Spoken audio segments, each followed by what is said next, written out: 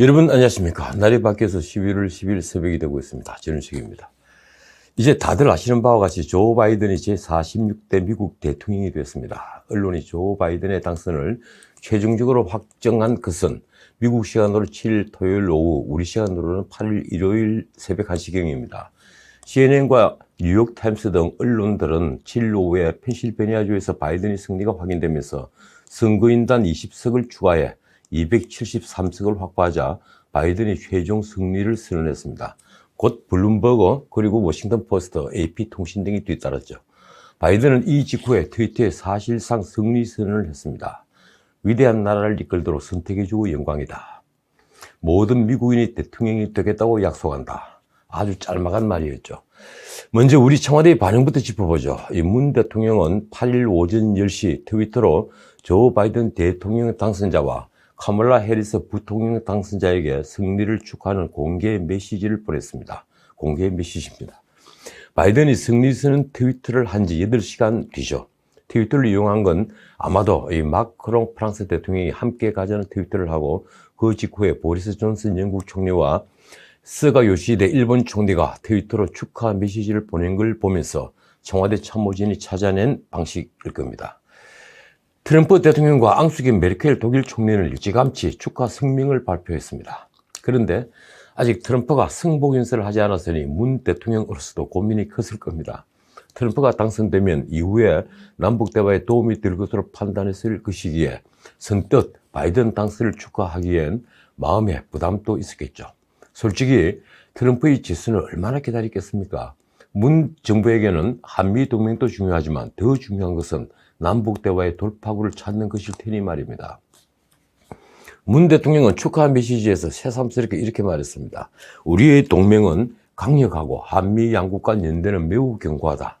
동맹이 정말 강력했던가요? 그 뒤에 이렇게 덧붙였습니다. 나는 우리 공동의 가치를 위해 두 분과 함께 일해 나가기를 고대한다.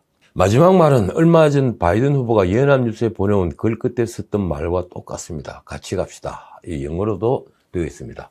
그런데 별다른 친분도 없으면서 트위터로 축하 인사를 하는 걸 바이든은 어떻게 생각할까요? 정작 문 대통령의 속내를 짐작할 수 있는 말은 어제죠. 청와대 수석 보좌관 회의에서 나왔습니다. 문 대통령은 가치 동맹을 언급하더군요. 지금까지 트럼프 정부와 사이에 이루어진 소중한 성과가 차기 정부로 잘 이어지고 더욱 발전해 나갈 수 있도록 최선을 다하겠다. 그러면서 한 말은 이렇습니다. 우리 정부는 한반도 평화 프로세스를 흔들림 없이 추진한다는 확고한 의지를 가지고 있다. 트럼프 대통령과는 정상 간의 굳건한 우정과 신뢰를 바탕으로 잘 협력해 왔고 미국 민주당 정부는 한국의 민주당 정부와 평화 프로세스를 긴밀히 공조하고 협력해 온 경험이 있다. 과거 DJ 정부까지 올라간 거죠. 트럼프 정부를 거론한 말에 아쉬움이 진하게 배어 있고 과거 미국 민주당 정부를 거론한 말에는 일말의 기대를 담은 느낌을 저만 받지는 않았을 겁니다. 놀라운 건 문 대통령이 김정은에게서 몸을 열린 대우를 받으면서도 성공적인 한반도 평화 프로세스라고 말한다는 사실입니다. 어떻든 이 와중에 강경화 장관이 폼페이오의 초청으로 예정대로 8일 미국에 갔습니다. 말이 외교장관 회담이지 트럼프가 낙선한 마당에 특별한 현안이 있을 수 없죠. 강 장관 역시 북한 비핵화가 아닌 한반도 비핵화 등을 의논한다고 하더군요. 곧 떠날 폼페이오와 논의할 현안이 무엇이 있겠습니까? 설마 지나간 옥토버 서프라이즈 대신에 제뉴어리 서프라이즈 같은 걸 꿈꾸지는 않겠죠. 결국 이번 방미는 바이든 쪽을 탐색하려는 목적이 더 클 것 같습니다. 그런데 강 장관은 4강 외교에는 별다른 능력을 보이지 못한 사람입니다. 그녀의 말이 아주 재미있습니다. 민감한 시기이긴 하지만 두루두루 의회나 학계 쪽 인사들을 많이 만나 한미 관계를 유익한 대화를 많이 나누고 할 생각이다. 바이든 측을 만나느냐 하는 질문에 답은 이렇습니다. 일정 자체에 대해서는 구체적으로 말씀드릴 수는 없는 상황이고 가서도 계속해서 봐야 할 것이다. 솔직히 말해야죠. 바이든 쪽에 아무런 라인이 없다는 답변입니다. 그렇다면 지난 5일 국회 외통위에서 바이든 쪽과도 여러 소통 채널을 만들었다고 한 말은 빈말이었습니까? 문 대통령이 트윗을 한 그 시간, 그러니까 우리 시간으로 8일 일요일 오전이죠. 바이든은 윌밍턴에서 승리 연설을 했습니다. 이런 내용이 주축을 이룬 연설입니다. 미국의 영혼을 또 살리겠다. 미국의 중추인 중산층을 또 살리겠다. 미국이 다시 세계의 존경을 받도록 하겠다. 국민들이 다시 하나로 뭉칠 수 있도록 하겠다. 미국이 다시 세계의 존경을 받을 수 있도록 하겠다. 이게 모든 언론이 주목한 말입니다. 그는 트럼프 지지자에게는 이렇게 요청했습니다. 서로 기회를 주자. 바이든 당선이 확정되자 여러 유명 인사들의 코멘트가 쏟아졌습니다. 제게는 민주주의가 회복됐다는 오바마나 힐러리의 코멘트보다도 더 가슴에 와 닿는 말이 있었습니다. CNN의 정치평론가이자 변호사인데요. 벤 존슨은 바이든 당선을 이렇게 평가했습니다. 오늘 아침에는 아버지 노릇을 하기가 쉬워졌다. 아이들에게 인성이 중요하다고 말하는 게 쉬워졌다. 진실이 중요하고 좋은 사람이 되는 게 중요하다고 말하기가 더 쉬워졌다. 이번 대선에서 주목받는 또 한 사람은 카멀라 해리스 부통령 당선자입니다. 그녀는 미국 최초의 흑인 여성 부통령이 되었습니다. 어머니는 인도인이죠. 그리고 아버지는 자메이카 흑인입니다. 아메리칸 드림의 상징이 된 그녀는 캘리포니아주 검찰총장, 법무부 장관을 거쳐서 2017년 상원 의원이 되었습니다. 바이든이 고령인 관계로 그녀는 지금 대통령 선거자로서 더욱 주목받게 되었습니다. 언론은 지금 바이든의 당선이 우리에게 미칠 파장을 분석하느라고 여념이 없더군요. 언론사들마다 제각각입니다. 그래도 바이든 정부에서는 적어도 트럼프처럼 자국 우선주의를 밀어붙이지 않을 것이고 따라서 우리 수출도 늘어날 것이라는 데는 모두 일치했습니다. 그리고 바이든이 한미 동맹을 강화할 것이라는 데에도 모두 일치했습니다. 그렇죠. 바이든은 적어도 방위비 분담금 문제로 한국을 갈취하지는 않겠다는 걸 분명히 해왔죠. 그는 김정은을 폭력배, 썩으라고 부르는 걸 망설이지 않았습니다. 그래서 북한 비핵화에 대한 명확한 진전이 없으면 김정은을 만나지는 않을 겁니다. 다만 그가 오바마 정부 때의 전략적 인도로 돌아가는 것보다는 클린턴 정부의 포용 정책으로 갈 것이라는 우리 언론들의 희망스러운 분석을 저는 믿지 않습니다. 김정은은 클린턴 때와는 완전히 다르죠. 그때보다 북한은 이미 핵을 고도화했습니다. 클린턴 정부 역시 DJ 정부의 핵배 정책을 부득이 수용한 것이지 북한의 핵 개발을 대단히 민감하게 대했습니다. 자세전을 읽어보면 잘 알죠. 다시 미국 대선 얘기입니다. 이 트럼프는 아직 승복하지 않았습니다. 이 바이든이 성급하게 거짓으로 승자 행세를 하고 있다. 트럼프는 바이든 승리 확정 30분 전에 내가 선거에서 이겼다. 아주 많은 차이로 라고 트위터에 글을 올렸습니다. 트럼프 캠프는 어제 펜실베니아와 애리조나에서 다시 법적 투쟁에 들어갔습니다. 폭스뉴스는 일요일 트럼프는 현실을 받아들이지 못할 것이며 현재 트럼프는 혼자일 것이라고 보도했습니다. 그래도 아들, 딸과 이 공화당 일부 인사는 트럼프 편에 서 있습니다. 22대 그로버 클리브랜드 대통령처럼 4년 뒤에 재도전하자는 말이 벌써부터 나옵니다. 이 뉴스위크는 트럼프는 내년 1월 20일 정오에 그러니까 대통령 선거 직후에 백악관에서 비밀경호팀에 의해 끌어내질 것이라고 보도했습니다. 비밀경호팀은 그를 백악관에서 어슬렁거리는 한 노인을 대하듯 끌어낼 것이다. 좀 뉴스위크 심한 건 아닌가요? 미국 곳곳에서 이 시민들의 환호가 터져나왔습니다. CNN 화면에는 프라이팬과 냄비를 들고 나서 두드리는 시민들이 보이더군요. 마치 독재 정부를 무너뜨린 민주주의의 축제 같아 보였습니다. 뉴욕과 워싱턴 DC, 시카고, 그리고 로스앤젤레스, 애틀랜타 등 바이든이 이긴 주요 도시에서는 차들이 경적을 울려댔습니다. 백악관 앞에는 트럼프가 리얼리티 쇼에 썼던 넌 해고야, 와 화이어드가 찍힌 현수막과 팻말들이 등장했습니다. 그러고 보니 말이 시가 된 걸까요? 이제 트럼프는 재선에 실패한 11번째 대통령이 됐습니다. 워싱턴 DC에서 보인 팻말은 해고 원인이 뭔지를 극명하게 보여줬습니다. 흑인 생명도 소중하다. Black Lives Matter. 그러고 보니 트럼프의 인종차별적 발언도 적들을 너무 많이 만드는 요인이었습니다. 이 조지 플로이드라는 흑인이 있었죠. 지난 6월 미네폴리스에서 백인 경찰에 목이 눌려 숨진 흑인 청년입니다. 항의 시위가 폭력 사태로 번지자 트럼프는 약탈이 있으면 즉각 발포하라는 트위터를 올렸습니다. 이 사건이 유색인들이 결정적으로 트럼프의 등을 돌리게 했다고 하는군요. 참고로 미국의 백인 유권자는 65%에 불과합니다. 그런데 그뿐일까요? 트럼프 정치는 몇 가지 말로는 정리되지 않습니다. 그만큼 예측 불허의 정치를 펼쳤죠. 그는 트위터에 대통령의 직관을 하루 10여 차례 쓰댔고 그게 곧 정책이 됐습니다. 심지어 트위터로 자신의 안보보좌관 존 볼턴을 해임하기까지 했죠. 통치자의 직관이 모든 것을 앞서는 정치는 곧 독재입니다. 이 트위터 정치는 규칙에 대한 경멸을 드러낸 트럼프의 방식이었지만 지도자의 자아도취적 행동이 얼마나 혼란을 가져오는지를 잘 보여주었습니다. 굳이 말하자면 미국 우선주의 그리고 신고립주의와 함께 트럼프 시대를 특징 짓는다고 할까요? 오바마 전 대통령뿐 아니라 많은 평론가들은 이런 트럼프의 행태를 두고 리얼리티 쇼라고 비난합니다. 그 쇼가 만든 악재 중에서도 가장 많이 거론되는 것은 역시 편가르기와 좌충우돌식 국정 운영으로 인한 사회 분열입니다. 트럼프의 좌충우돌은 범세계적이었죠. 그는 파리 기후 협약을 탈퇴하고 G7 정상회의 공동성명을 거부하는 등 국제 질서를 마구 흔들었습니다. 메르켈 총리와의 말싸움은 아주 유명하죠. 지나친 아메리칸 퍼스트 정책은 미국의 일자리는 만들었지만 전 세계를 반미로 돌게 하면서 무역 질서를 흥크러지게 했습니다.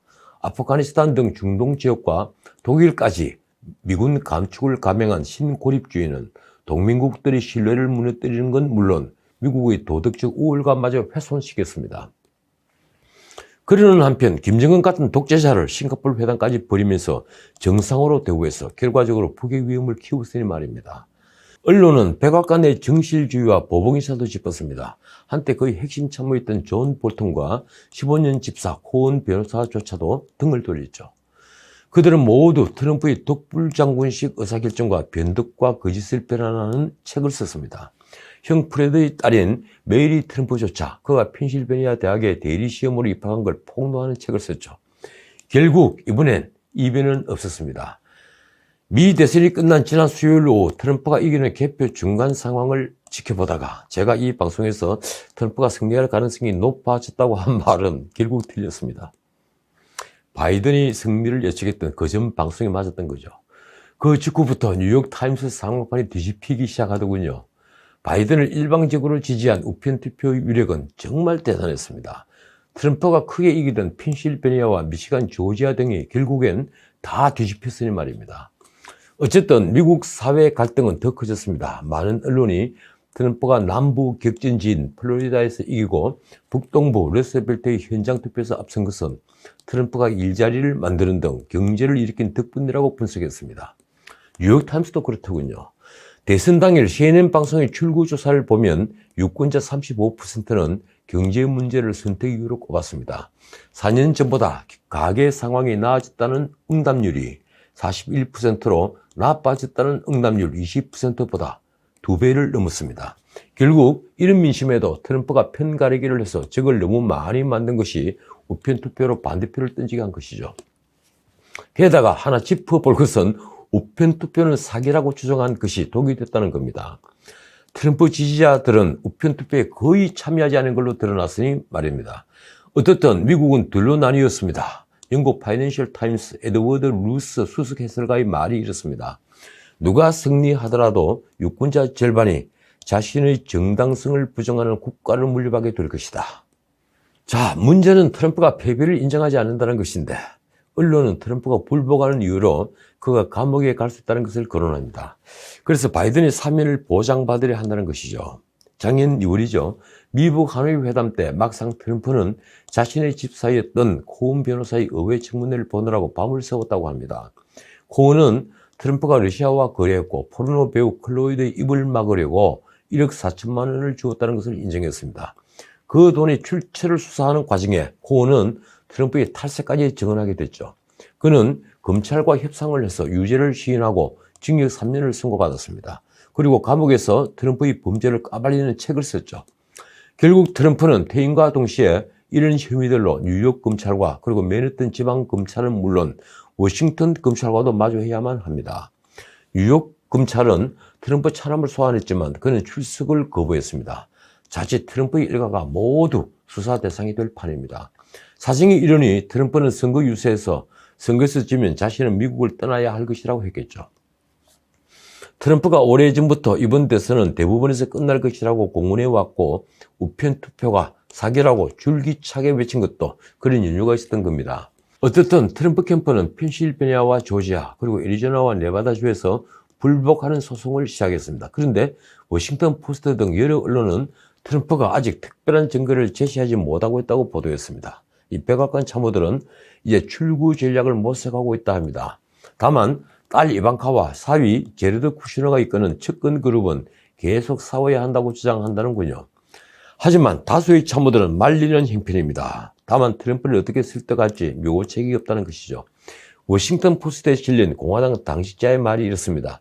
그들은 대통령이 졌다는 것을 알지만 아무도 리어 왕이나 조지 3세 국왕에게 제국을 잃었다는 사실을 알리고 싶어 하지 않는 것 같다. 언론은 트럼프가 승복 연설을 하지 않고 끝까지 승리를 주장하면서 백악관에서 물러날 것으로 예측하고 있습니다. 다만 이틀 전부터 트럼프의 반응도 한층 차분해진 것은 분명해 보입니다. 이 차속에서 엄지척하는 모습을 보였지만 말입니다. 트럼프는 개표 과정의 완전한 투명성을 요구하면서 이번 투쟁은 더 이상 어느 한 선거에 관한 것이 아니다라고 했습니다. 결국 후퇴할 명분을 찾는다는 거죠. 자, 이제 국내 정치 얘기를 한 문제만 다루고 마치도록 하겠습니다. 다들 아시겠지만 정부 여당, 바꾼 말에 집권 세력의 윤석열 총장 공격이 도를 넘고 있습니다. 이 검찰의 월성 1호기 원전의 경제성 평가를 조직적으로 조작한 데 대해 수사를 벌이는 것은 너무나 당연한 겁니다. 국민 혈세가 낭비되는 걸 넘어 공적인 자료를 은폐하거나 조작한다는 것은 국기를 흔드는 범죄이기 때문입니다. 그런데도 권력은 검찰이 대통령의 정책과 국정 철학에 대한 도전이라며 정치수사, 청부수사라고 몰아세우고 있습니다.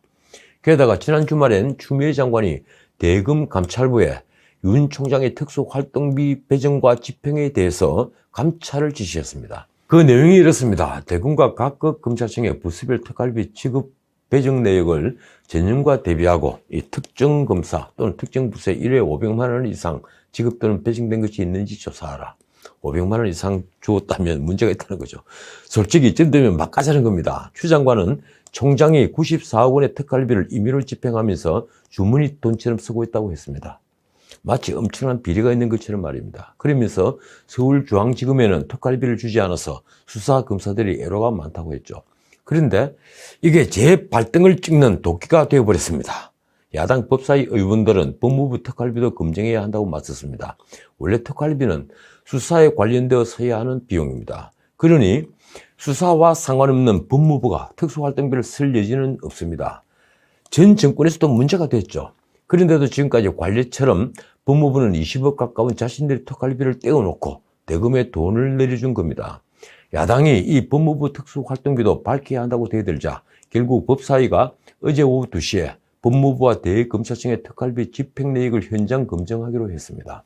자, 어떻게 되었을까요? 물론 특수활동비는 영수증을 제출하거나 사용 내역을 공개할 의무가 없어서 현장 검증으로 세부 집행 내역을 확인하기는 어렵습니다. 그런데 보도를 종합하면 매달 8천만 원에서 1억 원 정도의 특수활동비가 중앙지검에 내려간 것은 분명한 것 같습니다. 언론이 전한 검찰 관계자의 말입니다. 서울, 동남북 서부지검과 인천 수원 의정부지검을 합친 액수보다 많다. 그러니까 중앙지검을 제외한 수도권 검찰청 전체보다 더 많은 돈을 중앙지검은 배정받고 있었다는 말입니다.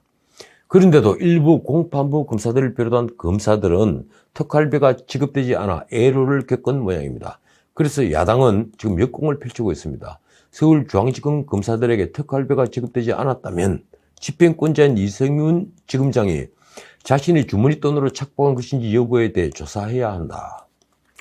그럴 리가 있겠습니까마는 실제 조국 사건 공판부에게는 특활비가 지급되지 않았다고 하는군요. 그렇다면 편향적 지급을 의심하지 않을 수 없습니다. 그런데 진짜 문제는 말씀드린 것처럼 법무부 특활비입니다. 수사부서도 아닌데 특수활동비가 왜 필요한가요? 그것도 연간 20억 가까이 되니 작은 돈이 아닙니다. 야당은 지금 그 돈을 추 장관이 가로챈 것은 아닌지 밝히자고 맹공을 퍼붓고 있는 중입니다.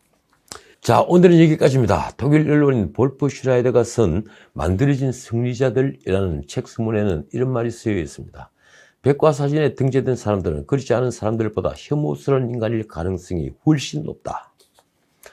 저는 제가 알았던 많은 분들 중에 지금 우리 사회에 백과사전에 등재될 만한 인물보다 훨씬 더 나은 인물이 슬슬히 잊혀져 가는 것을 잘 알고 있습니다.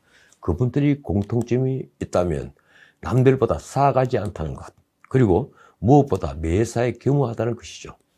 지금까지 전우책이었습니다.